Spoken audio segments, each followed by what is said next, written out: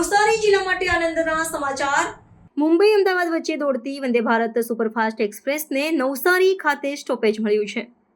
નવસારીના સાંસદ અને ભાજપ પ્રદેશ પ્રમુખ સી.આર. પાટીલની રેલવે મંત્રાલયમાં કરેલી રજૂઆતના પગલે આ નિર્ણય લેવાયો છે।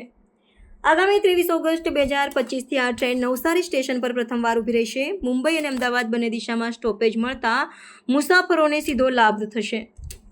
ટ્રેનના સ્વાગત માટે જિલ્લા પ્રમુખે લોકોને રેલવે સ્ટેશન પર મોટી સંખ્યામાં ઉપસ્થિત રહેવા આમંત્રણ આપ્યું છે। થોડા દિવસ પહેલા નવસારી જિલ્લાના રેલવે કન્સલ્ટિવ કમિટીના સભ્યો, જિલ્લા ભાજપ પ્રમુખ અને ઉદ્યોગપતિઓએ સાંસદ સી.આર. પાટીલની આગેવાનીમાં રેલ મંત્રી અશ્વિની વૈષ્ણવને રજૂઆત કરી હતી। તે સમયે માત્ર સ્ટોપેજની ખાતરી અપાઈ હતી। હવે તારીખની જાહેરાત થતાં જિલ્લામાં ખુશીનું મોજું ફરી વળ્યું છે। આ સ્ટોપેજથી ડાયમંડ વ્યવસાય સાથે જોડાયેલા લોકો સહિત મુંબઈ અમદાવાદ વચ્ચે મુસાફરી કરનારા તમામ લોકોને લાભ થશે। લાંબા સમય બાદ નવસારી જિલ્લાને સુપરફાસ્ટ ટ્રેનનું સ્ટોપેજ મળ્યું છે।